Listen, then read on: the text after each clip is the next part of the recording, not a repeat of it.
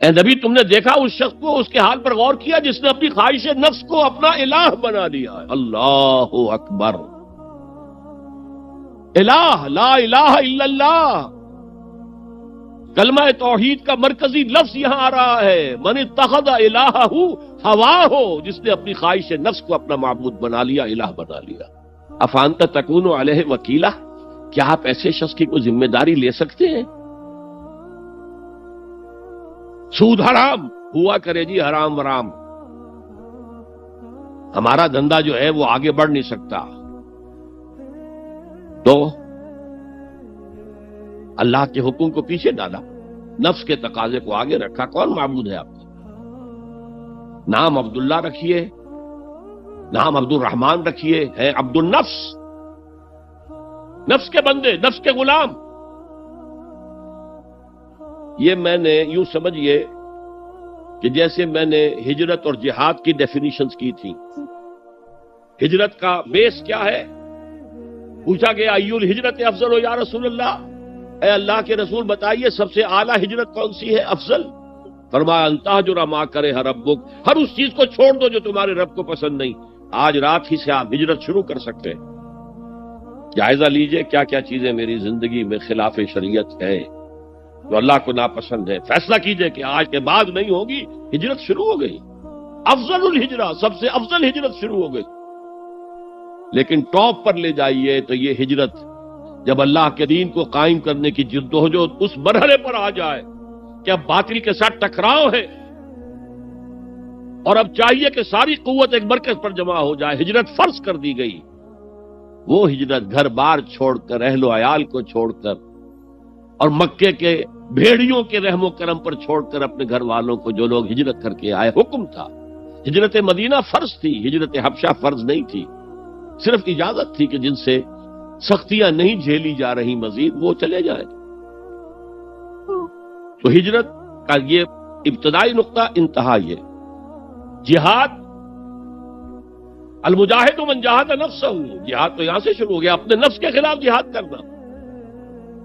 صبح نفس نے کہا ابھی سو جاؤ، آپ نے نفس کی بات کو رد کیا، اپنا کمبل اٹھا کے پھینکا، اٹھے، وضو کیا، نماز کے لیے آپ مسجد چل دیے، آپ نے جہاد کیا نفس کے خلاف۔ یہ افضل الجہاد ہے، اور سب سے چوٹی اوپر یہ ہے کہ جب وہ حق و باطل کی جنگ ہو تو جان ہتھیلی پر رکھ کر میدان میں حاضر ہوتا۔ اسی طرح یہ جو شرک فی الاطاعت ہے، میں نے آپ کو اس کی ابتدا بھی بتا دی انفرادی سطح پر۔ افرأیت من اتخذ الہہ ہواہ افانت تکون علیہ وکیلا، کیا تم نے غور کیا اس شخص کی حالت پر جس نے اپنی خواہش نفس کو اپنا معبود بنا لیا، الہ بنا لیا، کہہ رہا ہے لا الہ الا اللہ، لا الہ الا اللہ، لیکن الہ تو اس کا لفظ ہے۔ اب اس کو انتہا پر لے جائیے۔ عہد حاضر کا سب سے بڑا شرک، سب سے بڑا شرک، سب سے بڑا شرک عوامی حاکمیت کا تصور ہے۔ حاکم اللہ کے سوا کوئی نہیں، ان الحکم الا للہ۔ ظاہر بات ہے فرعون نے اگر دعویٰ کیا تھا میں تمہارا خدا ہوں، انا ربکم الاعلی، تو کیا اس کا مطلب یہ تھا کائنات میں نے پیدا کی ہے، تمہیں میں نے پیدا کی ہے؟ ذرا سوچئے،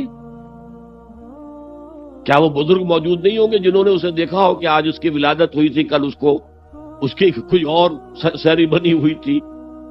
یہ کیسے دعویٰ کیا تھا؟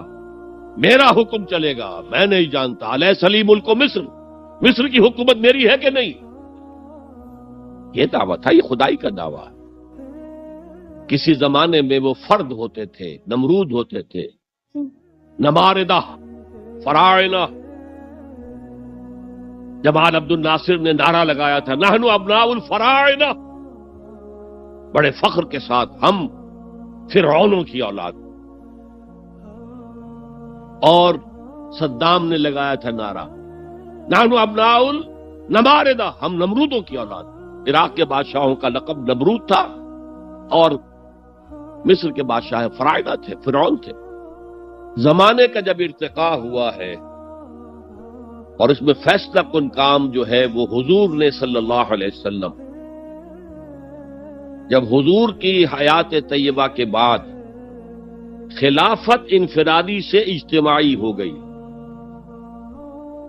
جب تک نبوت جاری تھی نبی ہی خلیفہ ہوتا تھا اللہ کا، اس کی ہاٹ لائن اللہ کے ساتھ وحی کی لگی ہوئی ہے، ادھر سے حکم آتا ہے وہ امپلیمنٹ کرتا ہے، جہاں اس کا حکم نہیں ہے وہ اپنا بیسٹ ججمنٹ استعمال کر کے فیصلہ کرتا ہے۔ یہی ہے وائس جرنسی، یہی ہے خلافت، ایسنس آف خلافت یہی ہے۔ جیسے وائس رائے دلی میں ہوتا تھا، ہمارا بادشاہ یا ملکہ تو انگلستان میں ہوتے تھے، اب جو ہز میجسٹیز گورنمنٹ یا ہر میجسٹیز گورنمنٹ سے حکم آیا، وائس رائے اس میں کوئی تغیر و تبدل نہیں کر سکتا، he has to implement it as such. جہاں کوئی حکم نہیں ہے تو وہ مقام پر بیٹھا ہے، آن دی اسپاٹ ہے، حالات کو دیکھے اور جو مملکت اور کنگڈم کی مصلحت میں سب سے بہتر نظر آئے وہ فیصلہ کر لے۔ لیکن حضور پر نبوت ختم تو خلافت کلیکٹیو ہو گئی، خلافت المسلمین۔ اگرچہ شروع میں امیر المومنین کہا جاتا تھا، کچھ عرصے کے بعد خلیفت المسلمین یہ اصطلاح جو ہے وہ عام۔ اسی طرح انفرادی ملوکیت کی بجائے اجتماعی ملوکیت کا تصور جو ہے شیطان نے پٹی پڑھائی۔ ابلیس کی مجلس شورا جو اقبال کی بڑی ہی یوں سمجھیے کہ اہم ترین نظموں میں سے، امت مسلمہ کے نام پیغام پر مشتمل وہ نظم جو ہے، اور وہ ان کے آخری ایام کی ہے، اور وہ ان کی زندگی میں چھپی بھی نہیں تھی، ارمغان حجاز ان کے انتقال کے بعد چھپی ہے، جس میں آخری جو کلام تھا فارسی اور اردو دونوں کا جمع کر دیا گیا، ورنہ اس سے پہلے فارسی علیحدہ چھپتی تھی کتابیں، اردو کی علیحدہ، لیکن اب اتنا کم تھا کہ ان کے لیے علیحدہ کتابیں شائع کرنا مناسب نہیں سمجھا گیا۔ ابلیس نے مجلس شورا بلائی، ایک مجلس شورا کے جو رکن نے کہا کہ دیکھو جمہوریت کا دور آ گیا ہے، اب ہماری ابلیسیت کو تو بڑا خطرہ ہے، ابلیسی نظام تو ختم ہو جائے گا، جمہوریت توڑ دی بندوں نے آقاؤں کے خیموں کی تناب، یہ تو عوام نے جو ہے اپنے آقا بیرنز اور لارڈز اور بادشاہوں کے خیموں کی تنابیں توڑ دی، گرا دیے خیمے، یہ تو انقلاب آ رہا ہے، میرے آقا وہ جہاں زیر و زبر ہونے کو ہے، جس جہاں کا ہے فقط تیری سیاست پر مدار۔ ابلیس کیا کہتا ہے بڑے ٹھنڈے انداز میں، ہم نے خود شاہی کو پہنایا ہے جمہوری لباس، جب ذرا آدم ہوا ہے خود شناس و خود نگر۔ آج آدمی میں ایک سیلف امپورٹنس پیدا ہو چکی ہے۔ یہ بادشاہ کون ہوتے ہیں جو ہمارے سروں پر مسلط ہے، محلوں میں رہتے ہیں، عیش کرتے ہیں، جو خون پسینہ جو ہے وہ کسان کر رہا ہے، ابھی انڈسٹریل ریولوشن تو نہیں ہوا تھا، وہ ساری بات جو تھی وہ زرعی معیشت تھی، خون پسینہ وہ کرتا ہے، فصل میں سے لائنز شیئر آ کر بیرن اور لارڈ وہ لے گیا، اور اس میں سے ایک حصہ اس نے بادشاہ کو پہنچایا، ایک اپنے پاس رکھا، ظالمانہ نظام ہے۔ تو ہم نے دیکھا کہ انسانوں میں کچھ شعور پیدا ہو گیا، خود شعوری، تو ہم نے ملوکیت کو ڈھال دیا نئے سانچے میں، ہم نے خود شاہی کو پہنایا ہے جمہوری لباس۔ وہ گندگی جو فرعون کے سر پر ٹنوں کے حساب سے رکھی ہوئی تھی، ہم نے کہا تولا تولا سب میں تقسیم کر دو، ایک ایک ووٹ سب کے ہاتھ میں دے دو اور کہہ دو تم حاکم ہو۔ ہم نے خود شاہی کو پہنایا ہے جمہوری لباس، جب ذرا آدم ہوا ہے خود شناس و خود نگر۔ تو نے کیا دیکھا نہیں مغرب کا جمہوری نظام، چہرہ روشن اندروں چنگیز سے تاریک تر۔ It is the dictatorship of the capitalist, جسے جمہوریت کا نام دیا جا رہا ہے، کھیل ہے، تماشا ہے۔ تو آج کی دنیا کا سب سے بڑا شرک اسے کوئی جانتا ہی نہیں، وہ شرک فی العقیدہ ان کو معلوم ہے، اور اس کے اوپر فتوے بھی وہ لگا دیں گے۔ کوئی قبر کے سامنے کھڑے ہو کر کوئی دعا کر رہا ہے، کسی کو رکوع کر لیا، کسی نے سجدہ کر لیا، تو خیر ٹھیک ہے، وہ تو ایک شرک جلی ہو رہا ہے، وہ تو معلوم ہے، اس کی نفی ہو رہی ہے۔ لیکن یہ وہ تھے شرک جو پہلے تھے، آج کا شرک بالکل اور ہے۔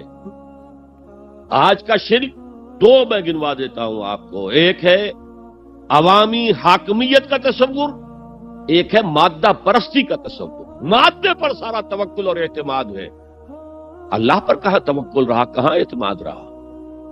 میٹیریلزم یہ ایک مذہب ہے، یہ ایک فلسفہ ہے۔ بہرحال اطاعت کے ضمن میں شرک فی الاطاعت کیا ہے؟ انفرادی سطح پر نفس پرستی، نفس کو اپنا معبود بنا لینا، اجتماعی سطح پر عوام کی حاکمیت، بدترین شرک۔ اب آئیے محبت، شرک فی المحبت کیا ہے؟ اگر کسی بھی شے اور کسی بھی انسان کی محبت اللہ کی محبت سے بڑھ جانا تو دور کی بات ہے، برابر بھی آ کر ہم نشین ہو گئی، بیٹھ گئی، تو یہ شرک ہے۔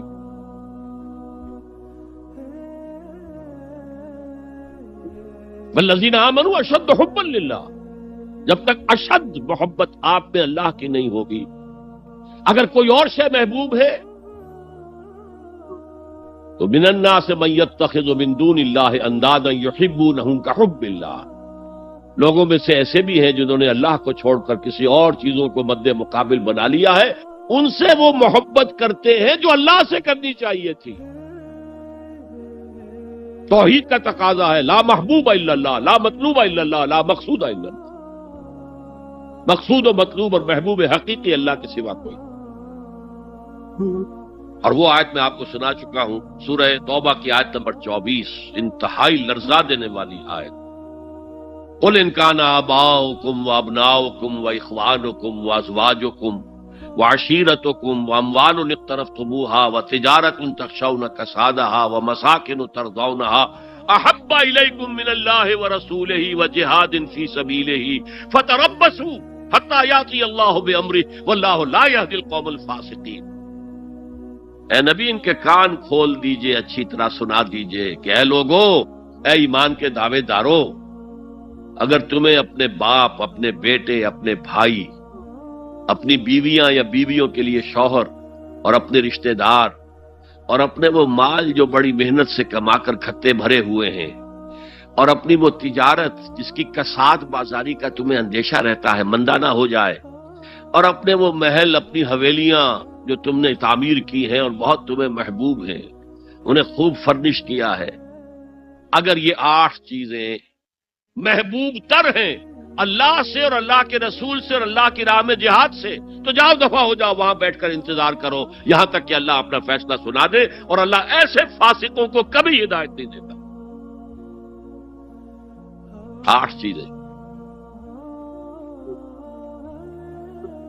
اقبال نے بہت خوب کہا ہے، یہ مال و دولت دنیا، یہ رشتہ و پیوند، 5 قریب ترین رشتے آ گئے، باپ، بیٹا، بھائی، زوجین اور رشتہ دار۔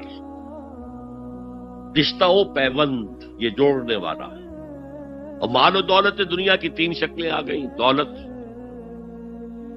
جو آپ اپنی بیلنس شیٹ کو دیکھ دیکھ کر آپ اس پہ خوش ہوتے، اب ہمارے ایسٹس کی یہ قیمت ہو گئی ہے اب۔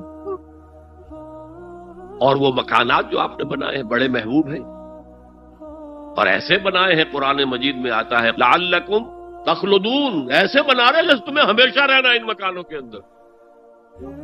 اور وہ کاروبار جن میں تمہیں اندیشہ رہتا ہے کہ کہیں کساد نہ ہو جائے، کوئی ڈپریشن نہ آ جائے۔ یہ 8 چیزیں، یہ مال و دولت دنیا 3، یہ رشتہ و پیوند، بتان وہم و گما لا الہ الا اللہ، یہ سب وہم و گمان کے بت ہیں جن کی پرستش میں تم لگے ہو۔ ان سب کی پرستش چھوڑو تو لا الہ الا اللہ کا حق ادا ہو۔ اب اس اصول کو بھی اپلائی کرنا شروع کیجئے۔ آئیے انڈیویجول لیول پر، دولت کی محبت۔ اگر آپ کو دولت کی محبت آمادہ کرتی ہے کہ اللہ کے حدود کو پامال کریں، حرام ذرائع استعمال کریں، دولت آنی چاہیے، حلال سے ہو، حرام سے ہو، جائز سے ہو، ناجائز سے ہو، بائی ہوک اور بائی کروک دولت آنی چاہیے، تو آپ کی محبوب حقیقی کون ہوئی؟ دولت۔ یہ دولت آپ کی معبود ہے۔ کون بڑے سے بڑا موحد اس شرک کا احساس رکھا؟ اور حضور نے اس قدر کلیئر فرمایا ہے، تعس عبد الدینار وعبد الدرہم، ہلاک ہو گیا یا ہلاک ہو جائے، یہ کلام خبریہ ہے یا یہ بددعا ہے؟ تعیس عبد الدینار و عبد الدرہم، درہم و دینار کا بندہ ہلاک ہو جائے۔ نام عبد الرحمن ہے، حقیقت میں عبد الدینار ہے، عبد الدرہم۔ درہم و دینار آنے چاہیے، جائز سے یا ناجائز سے، حلال سے یا حرام سے، صحیح سے یا غلط سے، بائی حق اور بائی پرو۔ تو معبود کون ہوا؟ ہمارے ہندو بھائیوں نے کیا کیا؟ لکشمی دیوی دولت کی دیوی ہے، اس کی پوجا کرتے کس لیے؟ مطلوب کیا ہے؟ دولت۔ اس کی پوجا وہ خوش ہو جائے تو دولت ملے گی۔ ہم نے کہا ہٹاؤ جی اس دیوی کو بیچ میں سے، ہم براہ راست ہی پوج لیں گے، بس یہی تو فرق کیا ہے نا۔ عبد الدینار و عبد الدرہم، یہ ہے انفرادی سطح پر شرک فی المحبت، جو روح عبادت ہے، جو عبادت کی جان ہے، محبت، غایت الحب ما غایت الذل والخضوع، اور ٹاپ پر لے آئیے۔ آج کی دنیا اجتماعیت کے میدان میں اگرچہ اب زمانہ بدل رہا ہے، لیکن تقریباً 1 صدی سے نیشن سٹیٹس، وطن کی بنیاد پر قومیت، وطن محبوب ترین شے،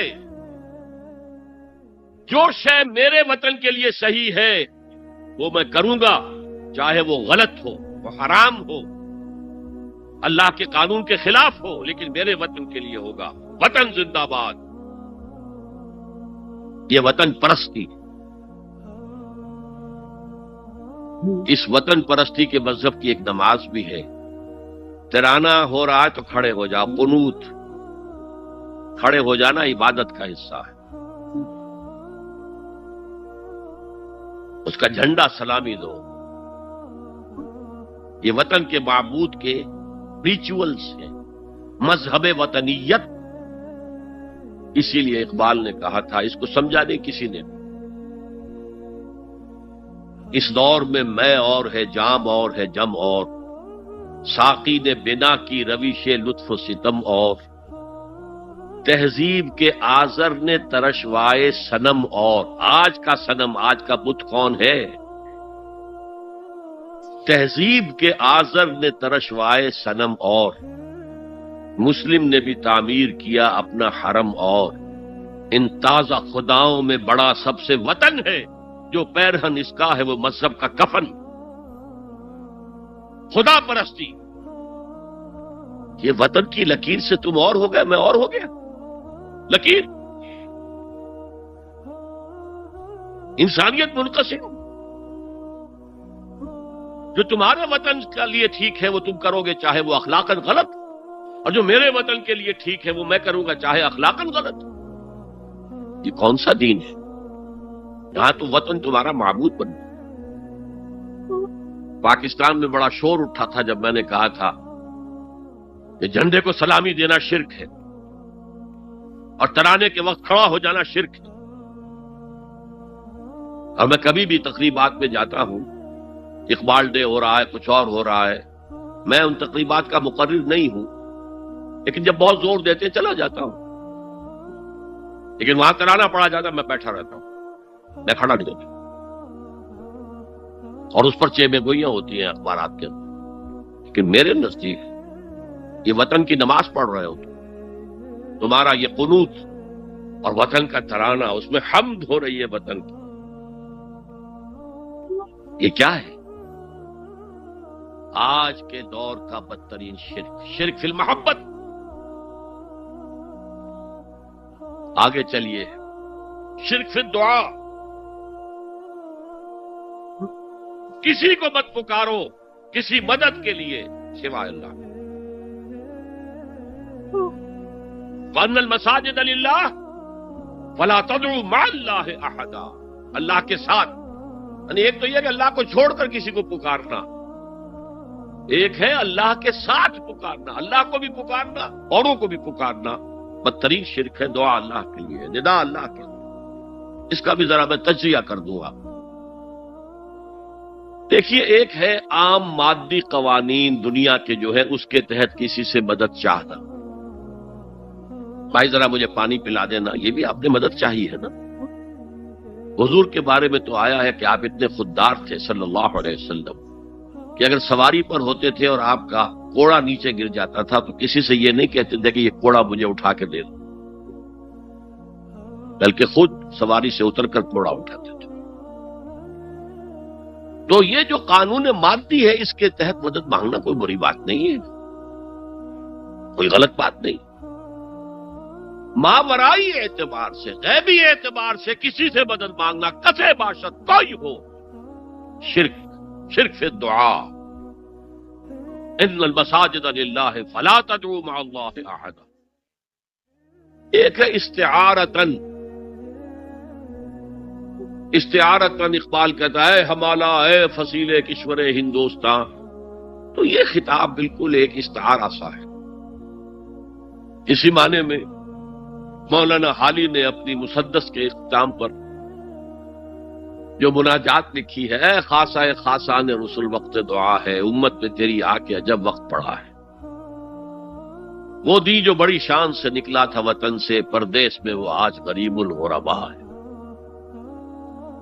تو اس معنی میں اس لفظ استعمال ہو جائے تو اس پر بہت زیادہ الرجک بھی نہیں ہونا چاہیے. لیکن غیبی طور پر کسی کے بارے میں یہ عقیدہ رکھ کر کہ وہ میری مشکل کشائی کر سکتا ہے، حاجت روائی کر سکتا ہے، میری مدد کر سکتا ہے، یہ شرک ہے. اور اس کے شرک ہونے میں کوئی شک نہیں. ان المساجد للہ فلا تدعوا مع اللہ احد. آپ دیکھیے ہمارے یہ فرشتے یہاں بیٹھے ہیں نا، ہم کہہ سکتے ہیں ذرا بھائی میرا یہ کام کر دینا؟ نہیں کہہ سکتے. جبرائیل کو پکار سکتے ہیں، اے جبرائیل ذرا میرا یہ کام کر دینا؟ نہیں. وہ عالم غیب کی شے ہے. کسی ولی اللہ کی روح کو پکار کر کہنا کہ میری یہ مشکل دور کر دے، نہیں. اللہ سے کہیں، اللہ کو پکارے، اللہ جس کے ذریعے سے چاہے آپ کی ضرورت پوری کر دے. اس ضمن میں کہوں گا کہ شاہ ولی اللہ دہلوی نے ایک بات کہی ہے، اگرچہ مجھے اس کی کوئی دلیل اپنے طور پر انڈیپینڈنٹلی کتاب و سنت میں نہیں ملی ہے، لیکن شاہ صاحب کا ایک مقام مرتبہ ہے جو میری نگاہ میں بہت بلند ہے. میرے نزدیک دو عظیم شخصیتیں عالم اسلام کی، امام ابن تیمیہ اور امام غزالی کو جمع کریں تو شاہ ولی اللہ بنتے ہیں. اتنی عظیم شخصیت. انہوں نے یہ لکھا ہے کہ جو اللہ کے برگزیدہ بندے ہوتے ہیں، اولیاء اللہ، اللہ تعالیٰ ان کی ارواح کو ان کے فوت ہونے کے بعد ملائکہ کے طبقہ اسفل میں شامل کر دیتے ہیں، اور وہ بھی جس طرح وہ ملائکہ اللہ کے احکام کی زمین میں تنفیذ کر رہے ہیں وہ بھی اسی کام میں لگ جاتے ہیں. میں نے عرض کیا کہ میرے پاس انڈیپینڈنٹلی کوئی دلیل نہیں ہے اس کے حق میں، لیکن شاہ صاحب کا فرمانا خود میرے لیے ایک درجے میں دلیل ہے. لیکن یہاں ایک تو یہ نوٹ کرنے کا، ملائکہ کا طبقہ اسفل، ملائکہ کا سب سے نچلا طبقہ، اور اللہ کے حکم کی تنفیذ کرتے تو فرشتے کر رہے ہیں، وہ بھی ہوں.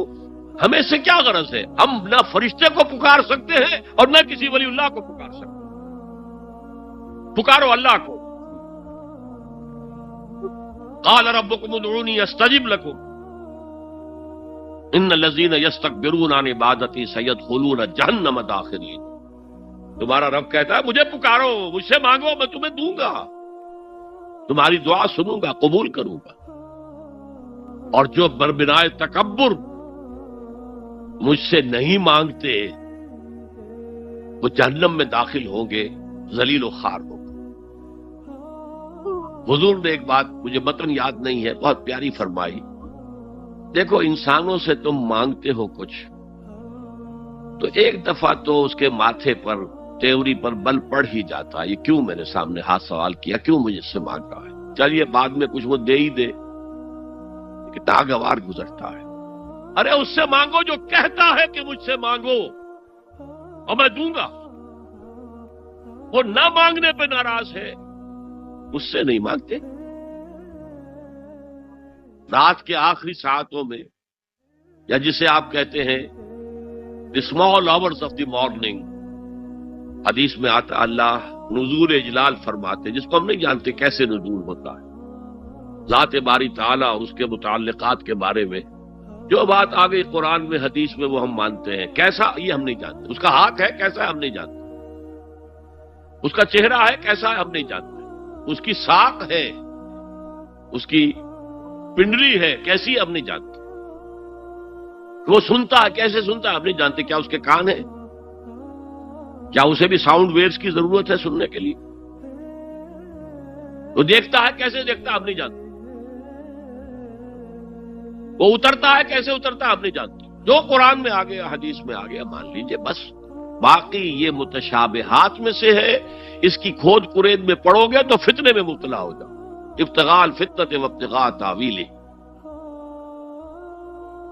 لہذا حدیث میں آتا ہے کہ رات کی آخری ساعتوں میں اللہ سمائے دنیا تک نزول فرماتے ہیں، اور پھر ندا لگتی ہے حل من سائل فاعطیہ، ہے کوئی سوال کرنے والا مانگنے والا کہ میں اسے دوں،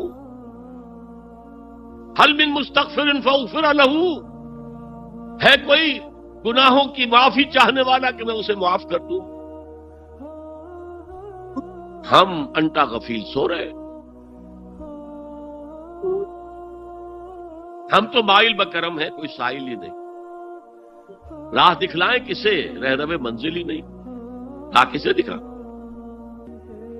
اللہ کے راستے پر چلنے کا فیصلہ کرو، اللہ کی راہ میں جہاد کا فیصلہ کرو، پھر اللہ راستہ کھولے گا، والذین جاہدوا فینا لنہدینہم سبلنا، وہ لوگ کہ جو ہمارے راستے میں جہاد کریں، محنت کریں، مشقتیں کریں، ہم لازماً ان پر اپنے راستے کھولتے چلے جائیں۔ وہ دعا شرک فی الدعا، مانگو صرف اللہ سے، اللہ سے، اللہ سے، وہ چاہے کسی فرشتے کے ذریعے، چاہے کسی فوت شدہ ولی اللہ کی روح کے ذریعے سے، چاہے کسی کو بھی نہیں، براہ راست اپنے حکم سے، اس کی تو قدرت ہے جو چاہے کرے، کن فیکون، وہ جیسے بھی ہو وہ آپ کی ضرورت پوری کرے گا، وہی ہے جو کہ مشکلات کو حل کرنے والا ہے، وہی ہے کہ رزق دینے والا ہے، وہی ہے جو مرض سے شفا دینے والا ہے، پکارو اسی کو، مانگو اسی سے۔ اب آئیے کچھ مراسم عبودیت ہوتے ہیں، مراسم رسم کہتے ہیں کسی چیز کی ظاہری شکل کو، رہ گئی رسم ازاں روح بلالی نہ رہی، فلسفہ رہ گیا تلقین غزالی نہ رہی، یہ قرآن کا بھی ہم اسے رسم الخط کہتے ہیں، رسم الخط، اور یہ حضرت عثمان کے زمانے میں فائنل ہوا ہے کہ یہ اس طریقے سے لکھا جائے۔ تو عبدیت کے اظہار کے لیے کچھ رسومات ہیں، جس میں سے ایک پر گفتگو ہو چکی، قنوت، والقانتین والقانتات، یہ جو ہے اللہ کے حضور میں چاہے ہاتھ باندھے چاہے ہاتھ کھلے، لیکن ذرا جھک کر گردن میں خم کر کے کھڑے ہونا، یہ نماز کے اندر جو قنوت ہے یہ قنوت ہے، یہ بھی اپنی عاجزی کا اظہار ہے، عجز اور تذلل۔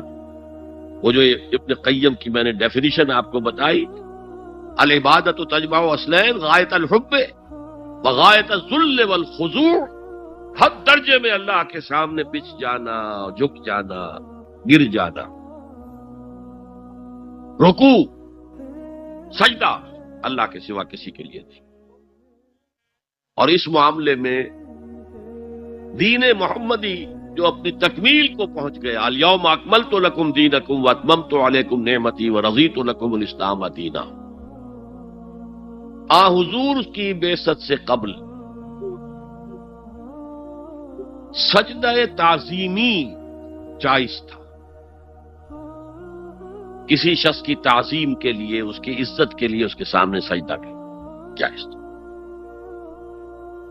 حضرت یوسف کے سامنے ان کے والدین اور 11 بھائی سجدے میں گر گئے، بچپن میں خواب دیکھا تھا اور 40-50 سال بعد اس کی تعبیر بالفعل ایک اس واقعے کے طور پر سامنے آ گئی، سجدہ کرنا۔ جھکنا، سجدہ کرنا، یہ جائز تھا سجدہ تعظیم۔ حضور پر شریعت مکمل، توحید مکمل، اب ہر نوع کا سجدہ حرام مطلق ہے سوائے اللہ کے کسی کو۔ ہمارے مسلمانوں نے بھی اپنے دور ملوکیت میں سجدہ تعظیمی شروع کرا، عدالت کے اندر بادشاہ کے دربار میں جا رہے تو سجدہ، سر جھکا کر رکوع کی حالت میں۔ یا آپ کے پڑوس میں جو حیدرآباد کی ریاست تھی، سلام کیسے کرتے تھے، کتنے جھکتے تھے، اور پھر وہ جھک کر وہ سلام ہو رہے۔ یہ مشرکانہ فعل ہے، مغلیہ دربار میں بھی تھا۔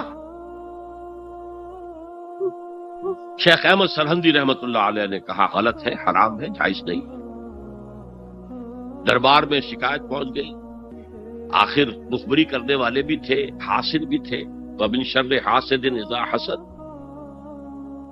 طلبی ہو گئی، بلایا گیا دربار میں حاضری، اور ایسا اہتمام کیا گیا کہ جب حضرت مجدد آگے آئیں بادشاہ تک جانے کے لیے تو درمیان میں ایک دیوار سی حائل کر کے اس میں کھڑکی کھول دی کہ اس میں سے جھک کر گزریں گے نا تو رکوع کسی درجے میں تو ہو جائے گا۔ رکوع بھی سجدے ہی کی ایک شکل ہے، سجدے کا ہاف کہہ لیجئے، لیکن یہ کہ جب آیات سجدہ آتی ہے قرآن مجید میں، وہ عام نمازوں میں دیکھتا ہوں کہ وہ آیات سجدہ والی آیات پڑھی نہیں جاتی، حالانکہ ان کی ایک خاص کیفیت ہے۔ تراویح میں تو پڑھی جاتی ہے، لیکن پہلے بتا دیتے ہیں کہ یہ دوسری رکعت میں یا پہلی رکعت میں سجدہ آ رہا ہے تو لوگ تیار ہوتے ہیں۔ رکوع بھی اگر فوراً ہو جائے آیت سجدہ کے بعد تو اس سے بھی اس سجدے کا حق ادا ہو جاتا۔ بہرحال حضرت شیخ مجدد رحمت اللہ علیہ دربار میں آئے تو اس کھڑکی میں سے پہلے پاؤں گزارے، پھر اپنا سر نکالا، پھر جیل میں ڈال دیے گئے، کوئی پرواہ نہیں۔ حاضر ہوا میں شیخ مجدد کی لحد پر، وہ خاک کے ہے زیر فلک مطلع انوار، گردن نہ جھکی جس کی جہانگیر کے آگے، جس کے نفس گرم سے ہے گرمی احرار، وہ ہند میں سرمایہ ملت کا نگہباں، اللہ نے بر وقت کیا جس کو خبردار۔ دین الہی، دین محمدی کے خاتمے کا اعلان تھا۔ اب بڑے بڑے مولویوں نے یہ اکبر کو سبق پڑھایا تھا، بڑے مولوی، درباری مولوی، انہوں نے سبق پڑھایا تھا۔ اللہ کا ایک دن 1000 برس کا ہوتا ہے، اور اللہ کا ہر معاملہ 1000 سال تک ہوتا ہے۔ اب 1000 سال ہو گئے محمد کی رسالت کو، ان کی رسالت کا دور ختم صلی اللہ علیہ وسلم۔ اب دوسرا 1000 سال، اسی لیے الف ثانی کہتے ہیں نا، الف ہزار کو کہتے ہیں الف ثانی۔ یہ دوسرا 1000واں سال جو شروع ہو گیا ہے، اس میں ایک نئے دین کی ضرورت ہے، وہ دین اکبری ہے، دین الہی ہے۔ اور دین الہی کیا تھا؟ یہ ایک بہت بڑی سیاسی تدبیر تھی، اصل میں بہت بڑی سیاسی تدبیر، اور اس کا ظہور بعد میں بھی ہوا ہے ہندوستان کی سرزمین میں۔ وہ یہ کہ ہندوستان کی ترقی میں جو چیز سب سے بڑی رکاوٹ ہے وہ مذہبی اختلافات ہیں۔ لہذا ایسا کرو، سارے مذاہب جو ہیں اسے ہاون دستے میں ڈالو، کوٹ کوٹ کے چورا چورا کر کے بناؤ صفوف، اور یہ مذہب سب کا ہو جائے تو مذہبی اختلافات ختم ہو جائے۔ دوسری بات ان کی سمجھ میں یہ آ گئی کہ اصل میں اختلاف رسالت اور شریعت کی بنیاد پر ہوتے ہیں، لہذا دین الہی بس خدا کو مانو، بس رسالت وغیرہ کو چھوڑو۔ خدا تو سب کا رب ہے، اسے آپ پرماتما کہہ لیں، مہادیو کہہ لیں، جو چاہے کہہ لیں، اللہ کہہ لیں، رام کہہ لیں، قل ادعوا اللہ الرحمن ایما تدعوا فلہ الاسماء الحسنی۔ قرآن کہتا ہے تم اللہ کہہ کر پکار لو یا رحمان کہہ کر پکار لو، جس کو بھی تم پکار رہے ہو یہ جان لو کہ تمام اچھے نام اسی کے۔ یہ فلسفہ تھا بہت گہرا، وہ جاہل تھا، ان پڑھ تھا، لیکن بہت بڑا سیاستدان تھا اکبر، اس میں کوئی شک نہیں۔ لیکن یہ کہ اگر ایک حکومت، اور جو سب سے بڑا مغل اعظم جس کو کہتے ہیں، اس کے زمانے میں مسلمانان ہند جو ہیں سیاسی اعتبار سے اپنے عروج پر تھے، لیکن دینی اعتبار سے پاتال کا معاملہ آ گیا تھا. دین محمدی ختم. 1000 سال کا ایک دن ہے اور وہ ختم ہو چکا.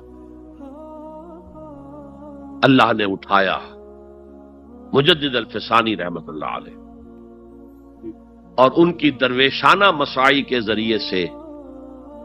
اب دیکھیے اس زمانے میں تصوف کے ذریعے سے سب سے بڑا شرک آ رہا تھا. وحدت الوجود کی ایسی تعبیرات ہو رہی تھی جو ہماؤست بن گئی تھی. ہماؤست اور وحدت الوجود کے درمیان تو زمین آسمان کا فرق ہے.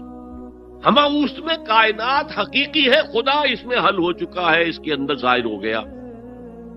اور وحدت الوجود میں وجود حقیقی صرف اللہ کا ہے، اس کائنات کا وجود کوئی ہے ہی نہیں حقیقت میں.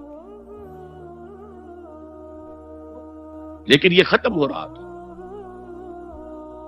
اس پہلو سے مجدد الفسانی کے مجدد اعظم کو اللہ نے کھڑا کیا. شیخ احمد حضرت عمر کی اولاد سے تھے، فاروقی تھے. شاہ ولی اللہ بھی فاروقی تھے. رگے فاروقیم کہتے ہیں شیخ احمد سندھی، میری فاروقی رگ پھڑکتی ہے اس پر. اس کے نتیجے میں وہ دین الہی کا خاتمہ ہوا. بعد میں ہمارے ہاں یہ آیا ہے ہندوستان میں برہمو سماج، برہمو سماج. اور گاندھی جی بھی اسی فلسفے کے قائل تھے، وحدت ادیان کے. اور یہ سیاسی اعتبار سے بہت اونچی ذہنی سطح کی غمازی کرنے والی بات ہے کہ ہندوستان کے اندر کے یہ مذہبی اختلافات کو اگر ہم کسی طرح کھرل کر کے ختم کر دیں، ہاوندستہ میں ڈال کے کر دیں، تو پھر یہ کہ یہاں ترقی ہی ترقی. بہرحال سجدہ گردن نہ جھکی جس کی جہانگیر کے آگے، جس کے نفس گرم سے ہے گرمی احرار. وہ ہند میں سرمایہ ملت کا نگہباں، اللہ نے بر وقت کیا جس کو خبردار. تو ہم نے شرک فی العبادت میں پہلے بات کی شرک فی الاطاعت. انفرادی سطح پر نفس معبود، اجتماعی سطح پر عوام کی حاکمیت. بدترین شرک اس دور کا، عظیم ترین شرک.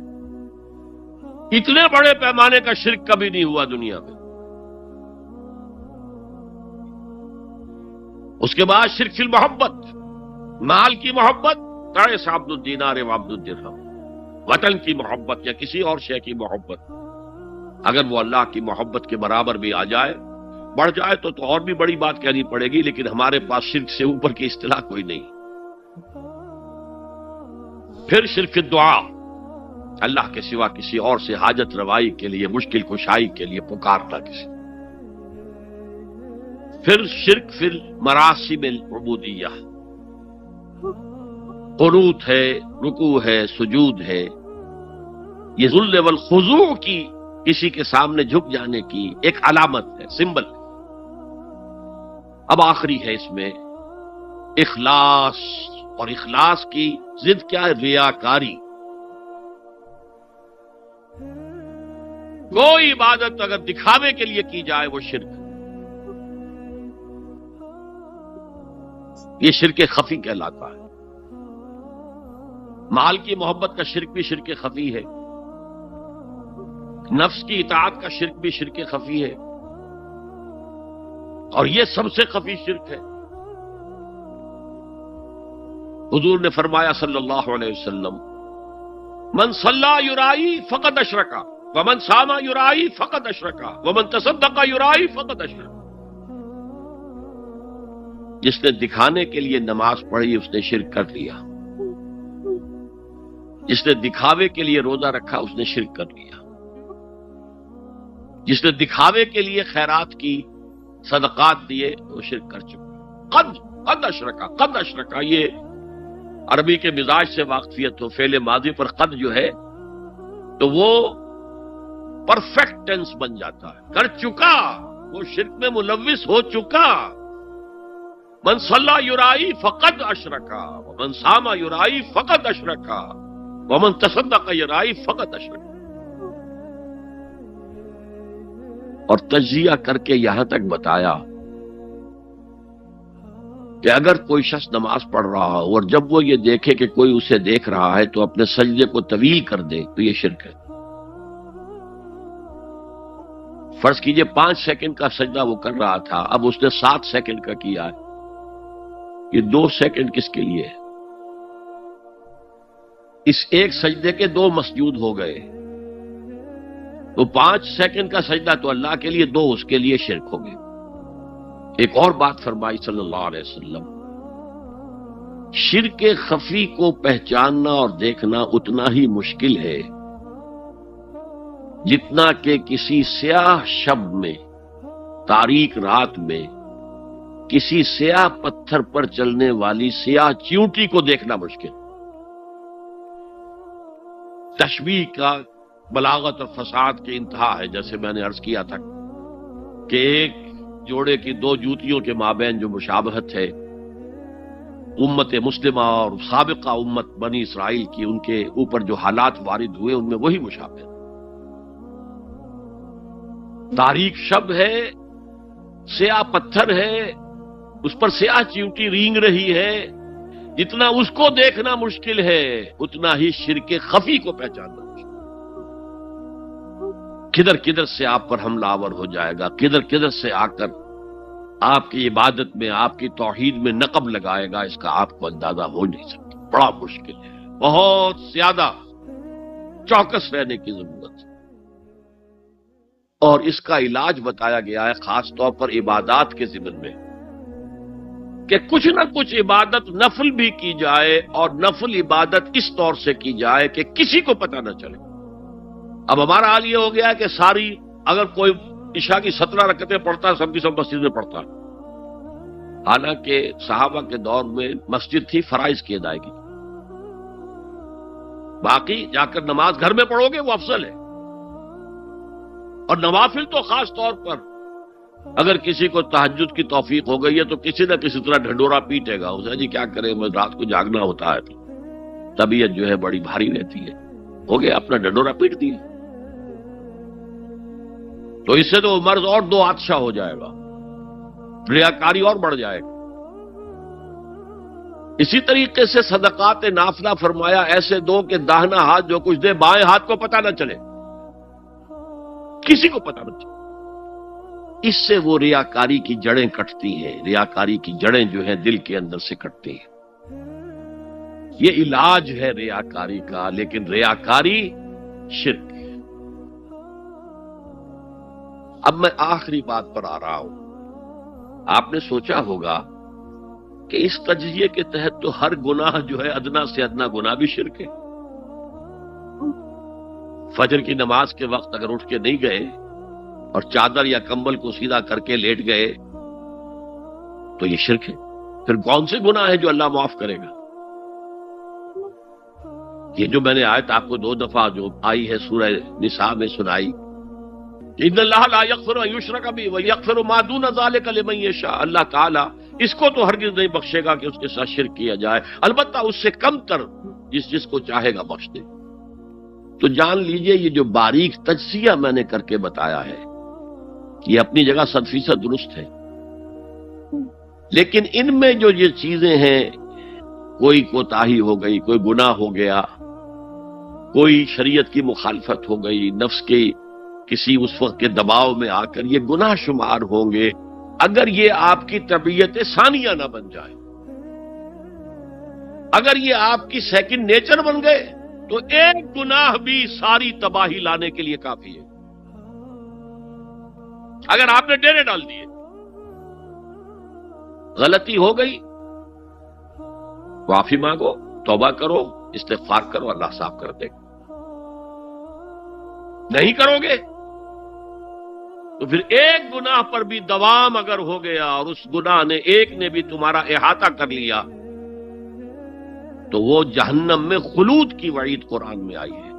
بلا من کسب سیئۃ واحاطت به خطیئتہ فاولئک اصحاب النار هم فیہا خالدون۔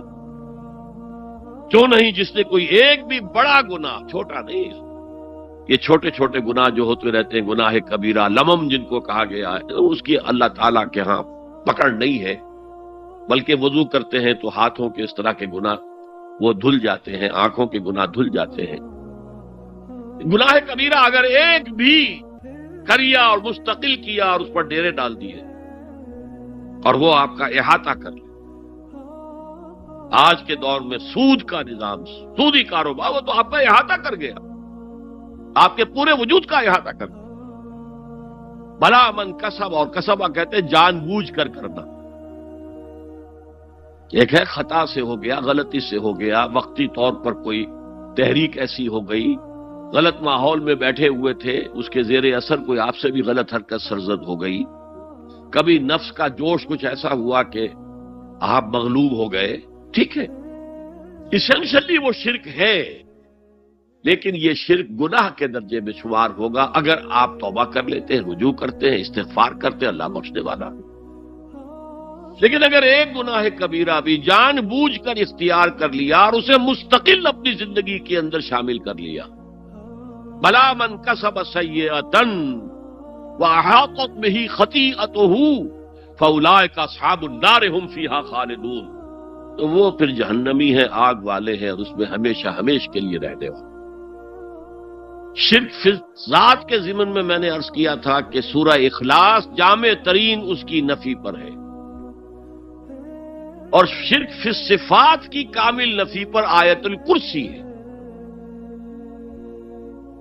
آیت الکرسی ایک لمبی آیت، جیسے آیت البر ایک لمبی آیت تھی، اور اس کو حضور نے فرمایا ہے سیدۃ آیات القرآن، پورے قرآن مجید کی آیات کی سردار ہے یہ، اور یہ شرک فی صفات کے ضمن میں یہ شمشیر قاطع ہے، شمشیر برہان ہے۔ اللہ لا الہ الا ہو الحی القیوم، یہ وہی ہے، قل هو اللہ احد اللہ الصمد الحی، اللہ زندہ ہے، لیکن اس کی زندگی کو اپنی زندگی پر قیاس نہ کرنا۔ تمہیں خوراک کی احتیاج ہے، اسے کوئی ضرورت نہیں۔ ما اريد منهم من رزق وما اريد ان يطعمون، مجھے کوئی احتیاج نہیں کہ مجھے کوئی رزق پہنچائیں، رزق دیں، مجھے کھلائیں، مجھے کوئی ضرورت نہیں۔ پھر تمہاری حیات نیند، اونگ، تھکان، ان تمام کمزوریوں کے ساتھ ہے۔ وہ الحی ہے، اپنی ذات میں خود زندہ ہے، حیات اس کی ذاتی ہے، کسی اور نے عطا نہیں کی ہے۔ ہماری تو مستعار ہے، عمر دراز مانگ کے لائے تھے، 4 دن 2 آرزو میں کٹ گئے، 2 انتظار میں۔ اور القیوم بقیہ پوری کائنات کے لیے وہی ہے، اس کو تھامے ہوئے ہے۔ لا تاخذہ سنۃ ولا نوم، الحی، حیات کامل، کہ اس کو نہ نیند آتی ہے نہ اونگ آتی ہے۔ لہ ما فی السماوات و ما فی الارض، آسمان اور زمین میں جو کچھ ہے اسی کی ملکیت ہے۔ تم کسٹوڈینز ہو، تم امین ہو، ای امانت چند روزہ نزدماس، در حقیقت مالک شے ہر شے خداست، یہاں تک کہ یہ میرا جسم بھی میرے پاس امانت ہے۔ میں کون ہوں؟ میری خودی، میری انا، میری روح جو پوزیس کرتی ہے اس بدن کو، لیکن یہ پوزیشن ملکیت کا نہیں ہے، امانت کا ہے۔ یہ امانت، یہ ہاتھ بھی امانت ہے، میری زبان بھی امانت ہے، میری آنکھیں بھی امانت ہے۔ من ذا الذی یشفع عندہ الا باذنہ، یہ یہاں پر انداز بڑا پرجلال، کون ہے وہ جو شفاعت کر سکے اس کے دربار میں مگر اس کے اذن سے؟ کسی کا ذاتی، کسی کا زور، کسی کا اختیار نہیں ہے کہ جس کی بنا پر وہ شفاعت کرے، ہاں اللہ کے اذن سے۔ اور دوسری جگہ پر آتا ہے جس کے لیے وہ چاہے گا اور جس کو اجازت دے گا، جیسے کہ آتا ہے اما یتساءلون میں، یوم یقوم الروح والملائکۃ صفا، اور ان میں سے کوئی بھی بات نہیں کر سکے گا، کلام نہیں کر سکے گا، لا یتکلمون الا من اذن لہ الرحمن، سوائے اس کے جسے رحمان اجازت دے، وقال صوابا، اور صحیح بات کرے گا، کوئی غلط بات نہیں کرے گا۔ یعلم ما بین ایدیہم وما خلفہم ولا یحیطون بشیء من علمہ الا بما شاء، وہ تو جانتا ہے جو کچھ بھی ان کے سامنے ہے اور ان کے پیچھے ہے، اور یہ کوئی احاطہ نہیں کر سکتا مخلوقات میں سے اس کے علم میں سے کسی کا بھی سوائے اس کے جو وہ خود چاہے۔ یہاں بڑے ہی لطیف انداز میں شفاعت باطلہ کے تصور کی نفی ہو گئی۔ دیکھیے، آپ کہیں جا کر کسی مجسٹریٹ سے سفارش کرتے ہیں تو کیا کہتے ہیں؟ اجی یہ فائل کے اوپر جو کچھ ہے آپ اس پر نہ جائیے، یہ گواہیاں وغیرہ جھوٹی ہو گئی ہیں، میں آپ کو بتاتا ہوں اصل بات کیا ہے۔ اللہ کے سامنے کوئی یہ کہہ سکے گا اے اللہ تیرے علم میں نہیں ہے، میرے علم میں ہے؟ یعلم ما بین ایدیہم وما خلفہم، وہ تو جانتا ہے جو کچھ ان کے سامنے اور جو کچھ ان کے پیچھے ہے۔ ولا یحیطون بشیء من علمہ الا بما شاء، اور ان میں سے کوئی بھی، جیسے کہ میں ابھی بتا چکا ہوں، بریلوی مکتب فکر بھی کہہ رہا ہے کہ اللہ کا دیا ہوا علم ہے، محمد رسول اللہ کا جتنا ہے، لا محدود نہیں ہے، محدود ہے، قدیم نہیں ہے، حادث ہے۔ تو جتنا اللہ چاہتا ہے، جس کے لیے جتنا چاہتا ہے، لیکن اس کے علم میں سے احاطہ نہیں کر سکتا کوئی مگر جو وہ چاہے۔ وسع کرسیہ السماوات والارض، اس کا اقتدار چھایا ہوا ہے، مستولی ہے، آسمانوں پر بھی اور زمین پر بھی۔ ولا یؤودہ حفظہما، اور اسے عاجز نہیں کر سکتی ان دونوں کی حفاظت۔ قیوم وہی ہے، صمد وہی ہے، لیکن اس سے کوئی تکان تاری نہیں ہوتی، عاجز نہیں ہوتی۔ یہ اصل میں نفی ہے جو تورات حافظے سے مرتب کی گئی تھی۔ 587 میں نبوکدنضر کا جو حملہ ہوا تھا اس میں اصل تورات گم ہو گئی، اس وقت سے آج تک وہ اصل تورات ان کے پاس نہیں۔ پیریڈ آف کیپٹیوٹی سے واپس آئے ہیں بیت المقدس میں، سائرس کے لطف و کرم کی وجہ سے، ذوالقرنین کے لطف و کرم کی وجہ سے، پھر یادداشتوں سے لوگوں نے وہ تورات مرتب کی ہے، تو اس میں انسانی فکر شامل ہو گیا ہے۔ لہذا وہاں یہ لکھا ہے اللہ نے 6 دنوں میں آسمان اور زمین پیدا کیے اور 7ویں دن آرام کیا، یعنی کوئی تکان لائق ہو گئی۔ قرآن نے کہا، اللہ تعالیٰ نے فرمایا سورہ قاف میں، وَلَقَدْ خَلَقْنَا السَّمَاوَاتِ وَالْأَرْضَ وَمَا بَيْنَهُمَا فِي 6 أَيَّامٍ وَمَا مَسَّنَا مِن لُغُوبٍ، یقیناً ہم نے آسمان اور زمین اور جو کچھ ان دونوں کے مابین ہے انہیں 6 ہی دنوں میں پیدا کیا۔ وہ بات ٹھیک ہے، لیکن ہمیں کوئی تکان لائق نہیں ہوئی کہ ہمیں کسی آرام کی ضرورت ہے۔ لا یؤودہ حفظہما وہو العلی العظیم، العلی وہی ہے سب سے بلند و بالا، لتکون کلمۃ اللہ ہی العلیٰ، تاکہ اللہ کا کلمہ سب سے سر بلند ہو جائے، اور وہی عظیم ہے، عظمت والا۔ اللہ تعالیٰ مجھے اور آپ کو اس سے بچائے، اپنے سابقہ زندگی کے گناہوں پر توبہ کرنے کی اور اللہ سے استغفار طلب کرنے کی توفیق عطا فرمائے، اور اپنے دینی فرائض کی انجام دہی کے لیے کمر بستہ ہو جانے کا عزم مصمم کر لینے کی توفیق عطا فرمائے۔ اقول قولی ھذا واستغفر اللہ لی ولکم ولسائر المسلمین والمسلمات۔ اب ہم سوالات کا سیشن شروع کرتے ہیں۔ پہلا سوال ہے، اگر کسی مسلمان کو یہ نہیں معلوم ہو کہ وہ جو کر رہا ہے وہ عمل شرک ہے یا نہیں، تو کیا اس کا یہ شرک معافی کے قابل ہوگا؟ دیکھیے، اگرچہ قانون تو یہ ہے دنیا کا، ignorance of law is no excuse، قانون سے عدم واقفیت کوئی عذر نہیں ہے۔ قانون تو پھر پڑھتا ہے، لگتا ہے، لاگو ہوتا ہے، عائد ہوتا ہے، لیکن اللہ کے ہاں ایسا نہیں ہے۔ وہ ہر شخص سے اس کے اپنے حالات کے اعتبار سے حساب لے گا، کن حالات میں پیدا کیا گیا، کیا جینز اس کو دیے گئے تھے، کن حالات میں وہ پلا بڑھا ہے، اس کے انوائرنمنٹل فیکٹرز کیا تھے۔ پھر یہ کہ جن لوگوں کی ذمہ داری تھی کہ اسے دین کا پیغام پہنچائے، انہوں نے کوتاہی کی، اور اگر اس کی وجہ سے یہ لا علم رہا اور اس نے بات کو نہیں سمجھا، تو میں سمجھتا ہوں اللہ تعالیٰ نرمی فرمائیں گے۔ باقی یہ کہ بخشش یا سزا دینا یہ اللہ کا اختیار مطلق ہے، ہم کچھ نہیں کہہ سکتے۔ اللہ تعالیٰ ابو جہل کو بخش دے، ہم اعتراض نہیں کر سکتے، اس کی مخلوق ہے، جو چاہے کرے۔ اللہ تعالیٰ کسی نیک سے نیک آدمی کو جہنم میں ڈال دے وہ کر سکتا ہے،